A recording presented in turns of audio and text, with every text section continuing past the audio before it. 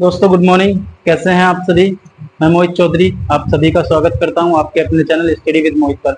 दोस्तों आज जो मैं आपके लिए वीडियो लेके आया हूं ये एक कमाल वीडियो आप सभी के लिए होने वाली है, खासकर जो क्लास 12 के स्टूडेंट हैं और जो ये कहते हैं कि अक्टूबर आ चुका है, अभी तक हमने पढ़ाई कुछ करी नहीं है, अब कैसे तैयारी करें।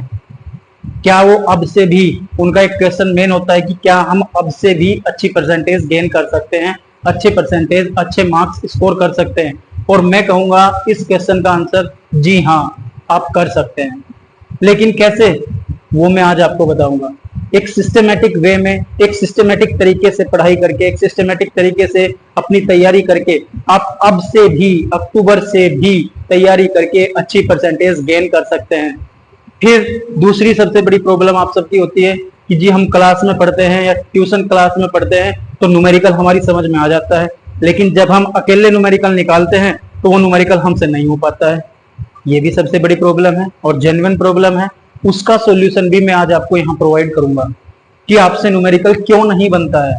जब आपकी क्लास में, जब आप क्लास में पढ़ते हैं या ट्यूशन क्लास में पढ़ते हैं, न्यूमेरिकल आप समझ लेते हैं सब कुछ, लेकिन फिर भी जब आप अकेले में उसे खुद से सोल्व करते हैं तो उस न्यूमेरिकल को आप नहीं कर पाते हैं। उसका भी एक रीजन है और उसका सॉल्यूशन भी मैं आपको यहाँ प्रोवाइड करूंगा आज। ठीक है दोस्तों, आज की जो वीडियो है मेनली आप ये देख सकते हैं, ये नोटिस जो सीबीएसई बोर्ड ने निकाला है, इसमें सारा जो चैप्टर वाइज है, यूनिट वाइज है, उनका डिस्ट्रीब्यूशन आपको दिया गया है। लेकिन मैं इसे एक दूसरे तरीके से आपको रिप्रेजेंट करना चाहूंगा आपके सामने। खासकर यूपी बोर्ड के लिए भी है ये और सीबीएसई बोर्ड, हिंदी बोर्ड और सीबीएसई बोर्ड दोनों के लिए है। ठीक है दोस्तों, ये एक प्रेजेंटेशन है जो मैं आप सभी को दिखाना चाहूंगा। आप देख सकते हैं बोर्ड पे मैंने ये प्रेजेंटेशन बनाया है आपके पूरे सिलेबस का। इसमें मैंने आपको हिंदी में भी दिखाया है, जो इंग्लिश बोर्ड के स्टूडेंट हैं, खासकर सीबीएसई स्टूडेंट्स, और जो हिंदी बोर्ड के स्टूडेंट हैं, UP board, Bihar board, MP board, Uttarakhand board, ये सभी के लिए वीडियोज है। इसमें पूरा सिलेबस मैंने आपको बताया है और सभी को सेक्शन वाइज बताया है कि कौन कितने कितने मार्क्स का आएगा और फिर तैयारी कैसे करनी है। ये 4 स्टेप भी मैं आपको बाद में एक्सप्लेन करूंगा। तो वीडियो बहुत मजेदार होने वाली है दोस्तों, और वीडियो को पूरी वॉच करिएगा। अगर आप वीडियो बीच में छोड़ के जाते हैं तो मेरा कोई नुकसान इसमें नहीं होगा, आपका ही नुकसान होगा। आपकी परसेंटेज आप अपने 8 से 10% जो बढ़ा सकते थे, बाद में सोचेंगे जो हम बढ़ा सकते थे वो नहीं बढ़ा पाए हैं, उसका तरीका मैं आज आपको यहाँ बताऊंगा कि आप कैसे अपनी परसेंटेज अभी से भी तैयारी करके बढ़ा सकते हैं। तो आ जाइए, स्टार्ट करते हैं। एक बार फिर से आप सभी का स्वागत है बहुत बहुत। आ जाइए बोर्ड पे। सबसे पहले ये है आपका जो हम आज करने वाले हैं, क्या है ये है फिजिक्स, जिसे हिंदी में बोलते हैं भौतिक विज्ञान। ठीक है दोस्तों, मैं सबसे पहले आपको फिजिक्स के पार्ट्स बताऊंगा जो सिलेबस वाइज आपके यूपी बोर्ड में और सीबीएसई बोर्ड में बटे हुए हैं। सबसे पहला जो पार्ट है इसमें विद्युत का पार्ट आता है, जिसे सीबीएसई में है इलेक्ट्रिक। ये आपका टोटल 16 नंबर का पूछा जाता है। विद्युत, हिंदी में विद्युत बोलते हैं इसे, इंग्लिश में इलेक्ट्रिक बोलते हैं, और ये 16 नंबर का आपसे पूछा जाता है। इसके 3 पार्ट हैं। 3 पार्ट का मतलब आपकी बुक्स जो हैं उसमें 3 चैप्टर हैं इसके।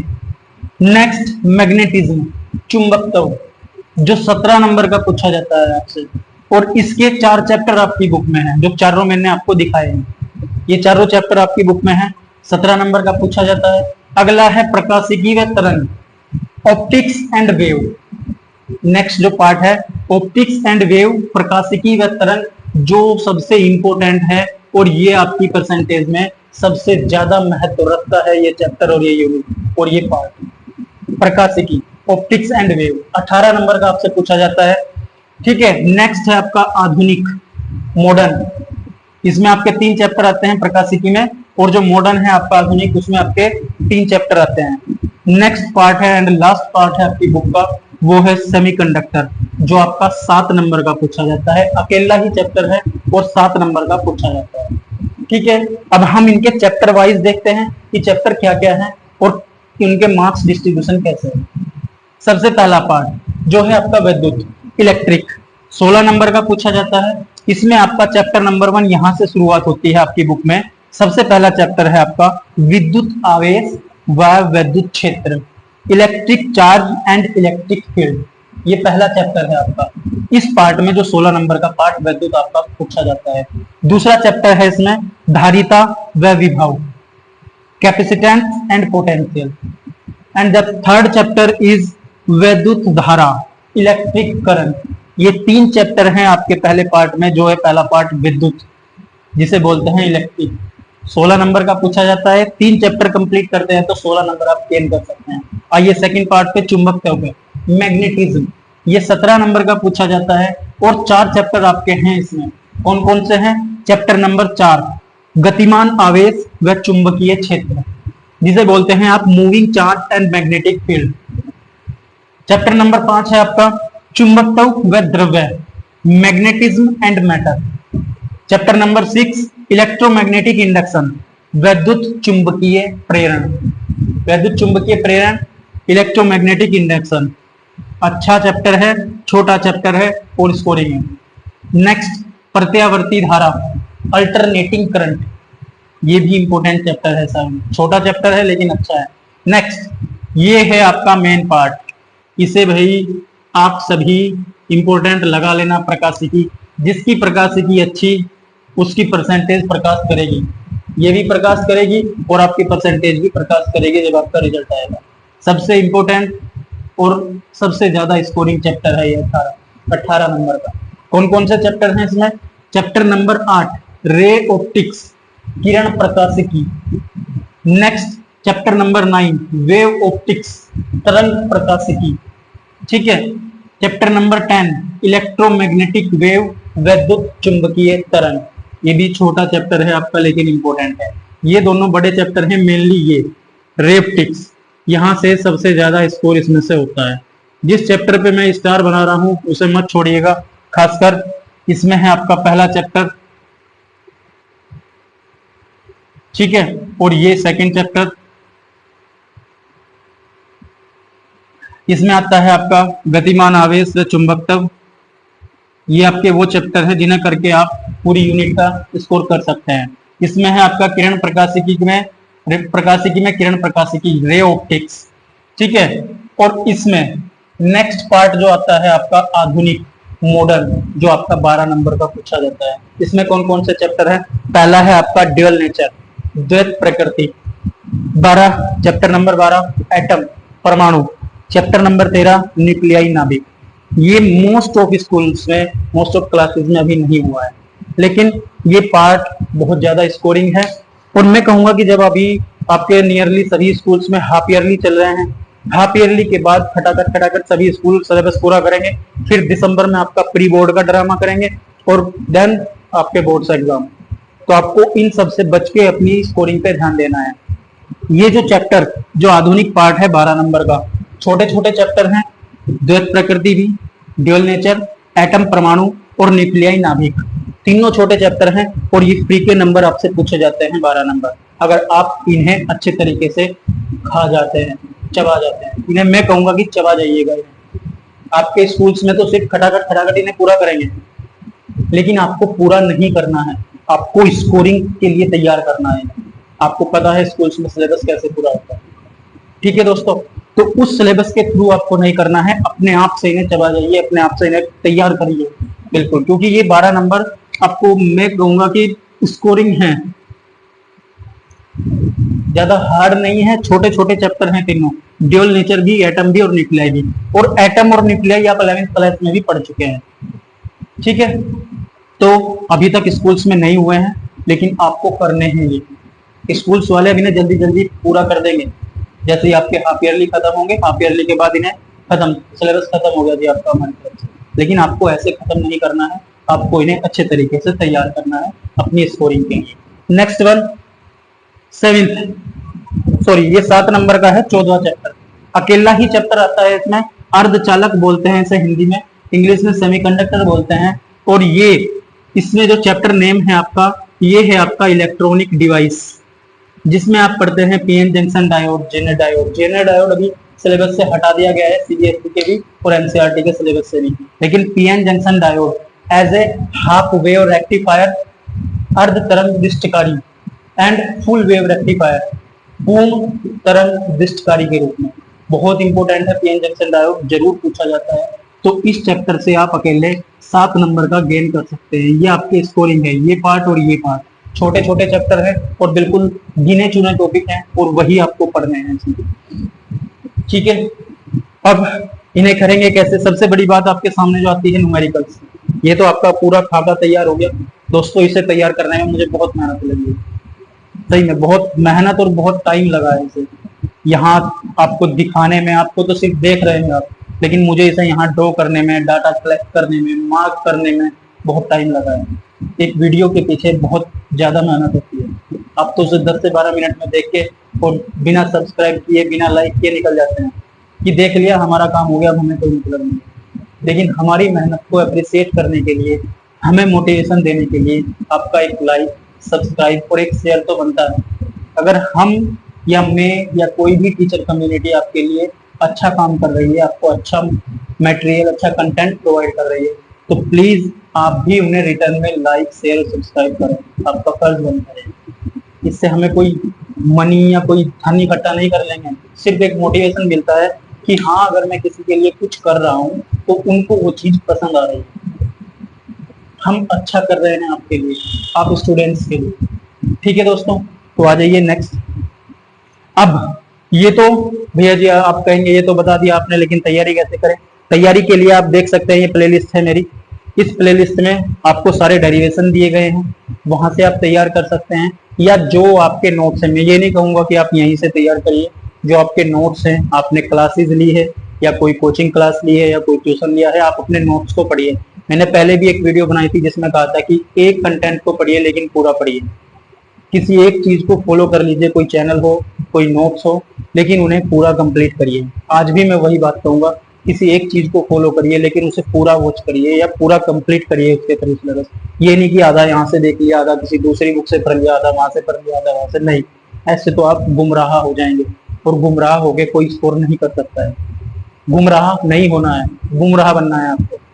जैसे यॉर्कर मार के बोल्ड करता है ना बुमराह, ऐसे ही आपको भी पेपर को बोल्ड कर देना है। ठीक है दोस्तों, आइए। और हाँ, न्यूमेरिकल्स के लिए, न्यूमेरिकल्स आपसे क्यों नहीं होते हैं? आपने क्लास में पढ़ लिया, सब कुछ समझ लिया, समझ में आ गया, लेकिन न्यूमेरिकल जब अकेले करने बैठे तो नहीं होता। क्यों नहीं होता? क्योंकि आप पेंसिल घिसना नहीं चाहते हैं। आप सिर्फ और सिर्फ उसे समझ लेते हैं, लेकिन समझ के आप उसे रिटर्न में नहीं कर सकते जब तक आप उसकी प्रैक्टिस नहीं करेंगे। नोट्स बनाइए उसके, ठीक है। और न्यूमेरिकल की जो छोटी छोटी चीजें आपको दी, आप क्या होते हैं, पूरा न्यूमेरिकल इतना बड़ा, अगर 3 लाइन का न्यूमेरिकल आपको दिया गया पूरा पढ़ लेंगे उसे एक बार में, ऐसा नहीं करना। न्यूमेरिकल्स को छोटे छोटे पार्ट्स में पढ़िए। पहले उसका जो डाटा दिया है उस डाटा को नोट कर लीजिए। पहली लाइन में क्या दिया है उसे नोट करिए, फिर उससे आगे बढ़िए, क्या दिया है उसे नोट करिए। आपको पूरा न्यूमेरिकल एक बार में नहीं पढ़ना है। अगर पूरा न्यूमेरिकल एक बार में नहीं पढ़ेंगे तो कहाँ से कहा जाएगा वो? टॉप फ्लोर से जाएगा आपके। टॉप फ्लोर समझते हैं ना आप? कहाँ होता है टॉप फ्लोर? यही, यहाँ से निकल जाएगा। ये आपका ग्राउंड फ्लोर है, ये मिडिल का फ्लोर है और ये टॉप फ्लोर है। तो टॉप फ्लोर से निकल जाएगा वो आपके। तो आपको टॉप फ्लोर से नहीं निकलना है, पूरा न्यूमेरिकल एक साथ नहीं पढ़ना है। आपको पार्ट्स में पढ़िए उसे, जो जो इन्फॉर्मेशन उसे दी है, जो डाटा उसमें दिया गया है, उस डाटा को अपने कॉपी में नोट करिए। और उसके बाद उससे रिलेटेड फॉर्मूला ढूंढिए कि हाँ ये उस चैप्टर से है, इसमें ये चीज दी गई है, इससे रिलेटेड कौन सा फॉर्मूला मैं इसमें अप्लाई कर सकता हूँ या कौन सा कॉन्सेप्ट मैं इसमें अप्लाई कर सकता हूँ। ठीक है दोस्तों, और न्यूमेरिकल की एक घासू सीरीज में लेके आ रहा हूँ जो आपको न्यूमेरिकल का कोई डाउट नहीं छोड़ेगी, और ये मेरी गारंटी है। इतना विश्वास तो आप मुझ पर कर सकते हैं। ये जो सीरीज में लेके आ रहा हूँ न्यूमेरिकल की सीरीज, जो 7 अक्टूबर से शुरू होने वाली है, मंडे से, जिसमें मैं आपको एक चैप्टर का एक वीडियो में पूरे न्यूमेरिकल सोर्स कराऊंगा एनसीईआरटी की। और इस वे में कराऊंगा, इस इजी वे में आपको कराऊंगा न्यूमेरिकल कि आप पहली वीडियो वॉच करिएगा और गारंटी है कि दूसरी वीडियो देखने आप खुद आएंगे कि दूसरे चैप्टर के न्यूमेरिकल मुझे वहां से करना है स्टडी विद मोहित से। मैं सिर्फ आपसे गुजारिश करता हूं कि पहली वीडियो, जो पहले चैप्टर के न्यूमेरिकल्स हैं, उन्हें एक बार वॉच करिएगा आप। 7 अक्टूबर में जब वीडियो आएगी उसे वॉच करिएगा, और गारंटी है दोस्तों आप खुद आएंगे देखने। इस वे में, इस इजी वे में मैं आपको न्यूमेरिकल्स बताऊंगा। ठीक है, इतना विश्वास सिर्फ एक वीडियो के लिए मेरे पे करिए और आके वीडियो वॉच करिएगा न्यूमेरिकल्स की। और मैं इसे 7 अक्टूबर में शुरू करने वाला हूँ। 7 अक्टूबर से 7 नवंबर तक मैं आपके सारे चैप्टर्स के न्यूमेरिकल आपको वन शॉट वीडियो में प्रोवाइड कर दूंगा। वन शॉट ये नहीं कि एक ही वीडियो में सारे, नहीं, चैप्टर वाइज वन शॉट। जैसे पहला चैप्टर है आपका विद्युत आवेश व विद्युत क्षेत्र, इसके सारे न्यूमेरिकल्स जो एनसीईआरटी एक्सरसाइज के न्यूमेरिकल्स हैं वे आपको उनका सॉल्यूशन आपको यही बोर्ड पे प्रोवाइड करूंगा मैं। और दोस्तों एक बात और बताऊं आपको, आप क्या सोचते हैं, ये जनरली मैं आपके सबका एक माइंड की बात बता रहा हूँ। छोटे बोर्ड पे पढ़ा रहा है यार, क्या पढ़ाता होगा ये, कुछ नहीं ऐसे। तो कोई बड़ा टीचर देखो, कोई इलेक्ट्रॉनिक बोर्ड वाला टीचर देखो जो इलेक्ट्रॉनिक बोर्ड पे पढ़ा रहा है। यार आपको इलेक्ट्रॉनिक बोर्ड देखना है या नॉर्मल बोर्ड देखना है, या आपको कॉन्सेप्ट देखना है कि कौन बंदा कितना कॉन्सेप्ट आपको दे रहा है।